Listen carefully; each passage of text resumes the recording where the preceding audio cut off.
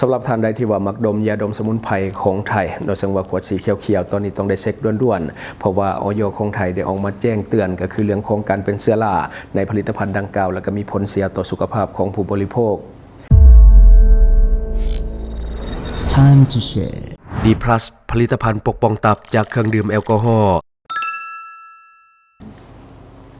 สวัสดีท่านผู้ชมกลับมาพบกับรายการทำทูแสสำหรับพวกข่าวที่เราอยากจะนำเสนอในมื้อนี้ก็คือเกี่ยวข้องกับเรื่องของข่าวที่มาจากเพื่อนบ้านของเราเรื่องของการตรวจสอบเรื่องของคุณภาพของสมุนไพรที่ว่าเป็นยาดมเนาะซึ่งว่าคนในบ้านเราก็ติดกันงอมแงมบ่ว่าแต่ในประเทศไทยบ่ว่าแต่ในประเทศลาวหรือว่าทั่วโลกก็ถือว่าได้รับความนิยมหลายสำหรับยาดมสมุนไพรกล่องสีเขียวตัวนี้ก็คือตอนนี้อย.ของไทยได้มีการตรวจสอบเรื่องของคุณภาพเรื่องของความปลอดภัยต่างๆตอนนี้ก็คือมันบ่ผ่านเนาะก็คือมาตรฐานมันบ่ผ่านแล้วก็ตัวเลขอย.ก็คือถึกทอนไปเทียงห้อยสนันทานใดที่กำลังดมอยู่ก็คือต้องได้เช็คคืนเนาะเพราะว่าเรื่องของความปลอดภัยมันบ่ผ่านในปัจจุบันต้องได้เช็คด่วนๆคือสำนักงานคณะกรรมการอาหารและยาได้เก็บตัวอย่างผลิตภัณฑ์สมุนไพรก็คือยาดมสมุนไพรกาหงไทยสูตรที่2ก็คือเลขที่ G309/62 จากสถานที่ผลิตก็คือผลิตภัณฑ์สมุนไพรหงไทยพาณิชย์ทรงกวดวิเคราะห์ทั้งห้องปฏิบัติการที่กรมวิทยาศาสตร์การแพทย์รายงานผลการวิเคราะห์ปรากฏว่าเป็นผลิตภัณฑ์สมุนไพรที่ผิดมาตรฐานก็คือได้รายงานเรื่องของการทดสอบการปนเปื้อนจุลินทรีย์ Total aerobic microbial count, total combined yeasts and mold, Clostridium spp. ตามประกาศของกระทรวงสาธารณสุขเรื่องของเกณฑ์มาตรฐานค่าความบริสุทธิ์หรือว่าคุณลักษณะอื่นอันมีความสำคัญต่อกับสุขภาพสำหรับตำรับผลิตภัณฑ์ที่เป็นสมุนไพรที่ว่าขึ้นทะเบียนแจ้งรายละเอียดก็คือจดแจ้งในปี 2021 ดังนั้นเพื่อเป็นการคุ้มครองผู้บริโภคจึงเห็นควรแก่การประกาศผลเรื่องของการตรวจสอบผลิตภัณฑ์สมุนไพรให้กับประชาชนได้รับทราบฉะนั้นอาศัยอำนาจตามความในมาตราที่ 65 วรรค 2 แห่งพระราชบัญญัติผลิตภัณฑ์สมุนไพรปี 2019 สำนักงานคณะกรรมการอาหารและยาจึงประกาศผลการตรวจสอบผลิตภัณฑ์สมุนไพรให้ประชาชนหรือว่าผู้บริโภคได้รับทราบดังนี้สถานที่ผลิตก็คือหงไทยพาณิชย์และก็เลขที่ 434 ถนนพุทธมณฑลสาย2แขวงบางไผ่เขตบางแคกรุงเทพมหานคร 10160 รุ่นที่ผลิตก็คือ 000332 วันที่ผลิตก็คือวันที่ 9 เดือน 12 ปี 2024 วันหมดอายุก็คือวันที่ 8 เดือน 12 ปี 2027 ผลการทดสอบก็คือผิดมาตรฐานในการทดสอบก็คือมีสารปนเปื้อนจุลินทรีย์ Total aerobic microbial count, total combined yeasts and mold, Clostridium spp. ผลิตภัณฑ์ดังกล่าวเป็นผลิตภัณฑ์ผิดมาตรฐานตามมาตรา60 วรรค 2 โดยผู้ผลิตและก็ผลิตภัณฑ์สมุนไพรผิดมาตรฐานอันเป็นการฝ่าฝืนมาตรา58 วรรค 2 มีโทษจำคุกบ่เกิน 2 ปีและปรับไม่เกิน 200,000 บาทมาตรา103ผู้ใดที่ว่าผลิตสมุนไพรผิดมาตรฐานอันเป็นการฝ่าฝืนมาตรา58 วรรค 2 มีโทษจำคุกบ่เกิน 6 หรือว่าปรับไม่บ่เกิน 50,000 บาทหรือว่าทั้งจำทั้งปรับมาตรา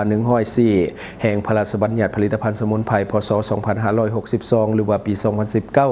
จึงขอประกาศให้ประชาชนระมัดระวังในการซื้อหรือว่าบริโภคผลิตภัณฑ์สมุนไพรดังกล่าวทั้งนี้สำนักงานคณะกรรมการอาหารและยาอยู่ระหว่างพิจารณาดำเนินการตามกฎหมายกับผู้กระทำผิดต่อไป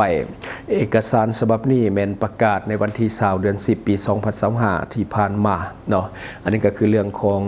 ยาดมเนาะที่ว่าฮิตกันทั่วบ้านทั่วเมืองคนลาวก็ฮิตคนไทยก็ฮิตประเทศอื่นๆก็ฮิตคือกันแต่ว่าสุดท้ายมากวดพบว่าบ่ผ่านมาตรฐานเรื่องของความปลอดภัยเพราะว่ายาดมสมุนไพรดังกล่าวเกิดเป็นเชื้อราที่เป็นอันตรายต่อสุขภาพของผู้บริโภคโดยเฉพาะเรื่องของการสูดดมเข้าไปก็จะมีผลกระทบตั้งแต่พี่ละโพรงดังและก็ลงไปใส่ลำคอลดลมแล้วก็ลงไปหดปอดเนาะซึ่งว่ามันมีเคสตัวอย่างที่ว่าเกิดขึ้นในเพื่อนบ้านของเฮาแล้วเรื่องของการได้รับผลกระทบเรื่องของสารที่เป็นอันตรายที่มาจากยาดมสมุนไพรดังกล่าวนี่ถือเป็นการตัดสินใจที่ถูกต้องของอย.ของประเทศไทยที่บ่ปกปิดข้อมูลคือยาดมประเภทนี้มันได้รับความนิยมอย่างไวว่าเนาะก็คือมันบ่เฉพาะแต่ในประเทศไทยก็คือทั่วโลกรวมทั้งลาวเฮานำก็มักยาดมประเภทนี้ก็คือดมกันเต็มบ้านเต็มเมืองบางคนก็ติดกันงอมแงมถือว่าเป็นมิติใหม่เนาะของยาดมแล้วก็มีขายในตลาดหลากหลายยี่ห้อบ่เฉพาะแต่เรื่องของยี่ห้อสีเขียวนี่ยี่ห้ออื่นก็คือกันแต่ว่าหงไทย ยนี่ถือว่าคนดมหลายที่สุดพบได้ตามร้านขายยาทั่วไปและก็ตามตลาดทั่วไปเพราะว่ามันน่าจะเป็นแบรนด์แรกๆที่ผลิตตัวนี้ออกมาฉะนั้นจึงได้รับความนิยมค่อนข้างที่จะหลายในบ้านเฮาก็คือกันหลายคนที่ว่าเสพติดยาดมประเภทนี้แทบจะบ่ฮู้ตัวเลยว่ามันเป็นภัยที่ไกลตัวเนาะก็คือคิดว่ามันเป็นสมุนไพรแล้วมันสิดีต่อสุขภาพแต่ในความเป็นจริงแล้วมันสร้างผลกระทบร้ายแรงกว่าที่เฮาคิดจนมี1เคสที่ว่าติดเชื้อแล้วก็ลงปอดเนาะจนต้องได้เข้าห้อง ICU ที่ว่าเกิดขึ้นในเพื่อนบ้านของเฮาซึ่งว่ากลายเป็นข่าวในช่วงที่ผ่านมาจนหลายคนต้องภาวะกับสิ่งที่มันเกิดขึ้นเพราะว่าหลายคนก็ดมอยู่ทุกวันแต่ว่าบ่เคยสังเกตเนาะว่าในขวดมันเกิดล่าหลังกวดสอบที่มาของเสื้อเนาะคือเคสที่ว่าเขา ICU เนาะกดไปกดมาก็พบว่าที่มาของเสื้อก็มาจากยาดมที่มันเป็นสมุนไพรที่เต็มไปด้วยเชื้อราอยู่ส่วนก้นของกล่องหรือว่าของขวดยาดมเนาะก็คือเห็นได้ชัดเจนว่ามันเป็นเชื้อราสาเหตุที่มันเกิดเชื้อราในกล่องของยาดมสมุนไพรแน่นอนมาได้หลายทางเนาะก็คือน่าจะเกิดจากความชื้นนั่นแหละอันหลักก็คือยาดมนี่มันอาจจะบริผ่านการอบแบบอบแห้งแบบ 100% เนาะก็คือเฮ็ดให้มันเกิดมีเชื้อราหรือว่าพวกเชื้อเห็ดต่างๆที่เกิดภายในเพราะว่าสมุนไพรส่วนใหญ่ก็คือได้มาจากพืชหรือว่าต้นไม้ซะส่วนใหญ่ฉะนั้นจึงเฮ็ดให้มันเกิดความชื้นและเกิดเชื้อราได้ง่ายโดยเฉพาะพวกเชื้อเห็ดต่างๆโดยปกติแล้วสมุนไพรที่ว่าถูกบรรจุลงในขวดมันน่าจะบริผ่านการอบแห้งแบบ 100% ถ้าว่าแห้ง 100% มันก็จะกรอบไปเลยบางทีกินอย่างต่างๆมันอาจจะหายไปพร้อมแต่ถ้าว่าอบพอประมาณให้มันแห้งในระดับหนึ่งมันยังรักษาความชื้นอยู่ด้านในก็จะเฮ็ดให้กินยังอยู่หลายแต่ว่าสิ่งที่มันจะตามมาก็คือเชื้อราที่มันจะเกิดขึ้นเพราะว่าพวกไหม้หรือว่าอย่างต่างๆที่มันมีเชื้อรามันก็ไปอยู่ในบ่อนอบเอาแน่เนาะก็คือมันเป็นกล่องปิดก็เป็นสาเหตุให้เกิดเรื่องของเชื้อราได้ง่ายถึงแม้ว่าจะมีการเอาสำลีใส่น้ำกระตำถึงแม้ว่ามันจะมีการซับความชื้นแต่ว่ามันก็บ่เพียงพอเนาะถ้าว่าเฮาเปิดตลอดแล้วก็ให้อากาศเข้าไปหลังจากนั้นเฮาก็ปิดมันก็จะเกิดความอบอ้าวอยู่ด้านในก็เฮ็ดให้เกิดเชื้อราได้ง่ายหรือเนาะทั้งแม้ว่าจะมีการอบแห้งแบบแห้ง 100% ก็ตามแน่นอนละกลิ่นมันก็จะหายไปถ้าว่าเฮาเปิดกล่องรับอากาศสุดท้ายอากาศเข้าไปความชื้นเข้าไปมันก็เกิดราได้คือเก่าเนาะฉะนั้นนี่ต้องได้ระมัดระวังสำคัญกว่านั้นก็คือต้องได้ใส่อย่างมีสติยิ่งกรณีที่ใส่มือจับหรือว่าขยี้คือบางคนดมไปดนเนาะดมไปดนแล้วแบบนี้กินมันบ่ค่อยแห้งก็จะเอาออกมาแล้วก็ขยี้แบบนี้ให้กินมันออกแห้งตัวนี้นี่อันตรายสำหรับผู้ที่ว่าใส่ยาดมประเภทนี้ก็คือผลกระทบมันจะเกิดขึ้นจากการสูดดมนี่แหละเวลาเฮาเอามือไปจับอีหยังก็บ่ฮู้แล้วเฮามาจับเนาะยาดมตัวอย่างคือกินมันอ่อนว่าสิกินมันบ่แห้งแล้วเฮาก็เอาออกมาขยี้แล้วก็เอาเข้าไปใหม่กินมันแห้งขึ้นจริงแต่ว่ามันก็จะติดเชื้อได้ง่ายเนาะฉะนั้นเวลาเฮาเอาเข้าไปแล้วเฮาปิดฝามันก็จะเกิดการหมักหมมแล้วก็เฮ็ดให้พวกเชื้อราพวกจุลินทรีย์หยังต่างๆมันเติบโตได้ง่ายคือผลกระทบที่มันจะเกิดขึ้นจากการสูดดมเข้าไปก็คือมันอันตรายแน่นอนละโดยหลักๆก็จะแม่นเรื่องของโพรงดังแล้วก็จะมีการระคายเคืองโดยยิ่งผู้ที่ว่าเป็นภูมิแพ้อยู่แล้วก็จะเฮ็ดให้อาการนี้มันเห็นได้ชัดขึ้นเนาะตัวอย่างคือผู้ที่มีอาการภูมิแพ้ส่วนใหญ่จะเกิดขึ้นกับดังหลายกว่าถ้าว่าสูดเชื้อราที่มันเป็นอันตรายเข้าไปมันก็จะเกิดผลกระทบรุนแรงกว่าคนปกติทั่วไปสำหรับผู้ที่ว่าเป็นภูมิแพ้ต่อมาแม่นบริเวณลำคอจะมีการระคายเคืองและก็คันคอแล้วก็มีอาการไอเนาะอันนี้ก็คือการสูดดมเชื้อราเข้าไปให้แห้งที่สุดก็คือมันลงไปหดปอดอย่างที่มันเกิดขึ้นในเพื่อนบ้านของเฮาเนาะก็คือสูดดมยาดมที่มันมีเชื้อราสุดท้ายเชื้อรามันลงไปหดปอดแล้วก็มีการติดเชื้อในปอดจนกระจายไปทั่วร่างกายเนาะแล้วก็เป็นปัญหาใหญ่ต้องได้ไปรับการรักษาอย่างรีบด่วนจากโรงหมอก็คือเข้าห้อง ICU แต่ว่าเนาะคันว่ารักษาช้าหรือว่าฮูโตซาเนาะอาการมันอาจจะรุนแรงที่สุดก็คือการเสียชีวิตเพราะว่าการติดเชื้อในปอดหรือว่าการติดเชื้อในกระแสเลือดนี่ถือว่าให้แห้งสุดแล้วถ้าว่าเอาบ่ทันก็คือเสียชีวิตฉะนั้นฝากเตือนสำหรับท่านใดที่ว่ามักดมหรือว่ามันมักใส่เป็นประจำหรือว่าเสพติดเป็นประจำเราบอกว่ายี่ห้อหงไทยหรือว่ายี่ห้อยังก็ตามที่มีขายในท้องตลาดทั่วไปเราต้องมันสังเกตบริเวณก้นขวดเพราะว่าจุดดังกล่าวมันเป็นเชื้อราได้ง่ายเพราะว่ามันเป็นจุดที่อับที่สุดแล้วก็มักมอมที่สุดแล้วก็เกิดเชื้อราหรือว่าจุลินทรีย์ได้ง่ายถ้าว่าเลิกดมบ่ได้แท้ๆเราควรที่จะมีการกำหนดการดมแต่ละกล่อง1กล่องกะน่าจะใส่1อาทิตย์2อาทิตย์ถ้าว่าดมทุกวันแบบนี้เนาะก็จะปลอดภัยถ้าว่าใส่ดนๆลายเป็นเดือน2เดือน3เดือนแบบนี้ก็จะเกิดเชื้อราได้ง่ายดีที่สุดก็คือใส่ประมาณ1-2อาทิตย์หลังจากนั้นก็ทิ่มแล้วก็ซื้อตัวใหม่มาดมตัวนี้ก็จะช่วยได้การดมยาดมก็เป็นการเสพติดได้เหมือนกันเนาะบางคนก็ดมตลอดเกือบ24ชั่วโมงไปเฮ็ดเวียกก็ดมสิเข้านอนก็ดมตลอดฉะนั้นก็เป็นการเสพติดไปในตัวถึงแม้ว่ามันจะบ่หายแห้งคือยาเสพติดแต่ว่าเรื่องของการดมยาดมนี่มันก็ค่อนข้างที่จะส่งผลกระทบต่อร่างกายหลายสมควรสำหรับคนที่ว่าเสพ เสพติดเนาะหรือว่าดมประจำเกือบจะ24ชั่วโมงก็จะสังเกตได้ว่าขาดบ่ได้เนาะเพราะว่านี่มันเป็นการเสพติด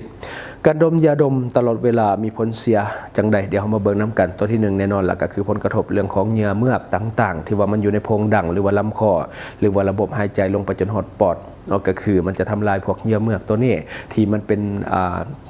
นส่วนดีของร่างกายก็คือมันจะช่วยดักจับพวกขี้ฝุ่นหรือว่าเชื้อโรคเชื้อราต่างๆที่ว่ามันเข้าไปในร่างกายถ้าว่ามันบ่มีเหงื่อเมือกพวกนี้แล้วมันก็จะเห็นให้เชื้อโรคนี่มันเข้าสู่ร่างกายของเราได้ง่ายรวมทั้งเชื้อราที่มาจากยาดมคือกันเนาะและต่อมาก็ผลกระทบต่อกับระบบประสาทและก็อวัยวะภายในโดยเฉพาะปอดเนาะเพราะว่ายาดมส่วนใหญ่นี่มันจะเข้าไปในปอดคือธรรมชาติของปอดนี่ต้องการอากาศที่บริสุทธิ์ที่สุดเนาะที่ว่า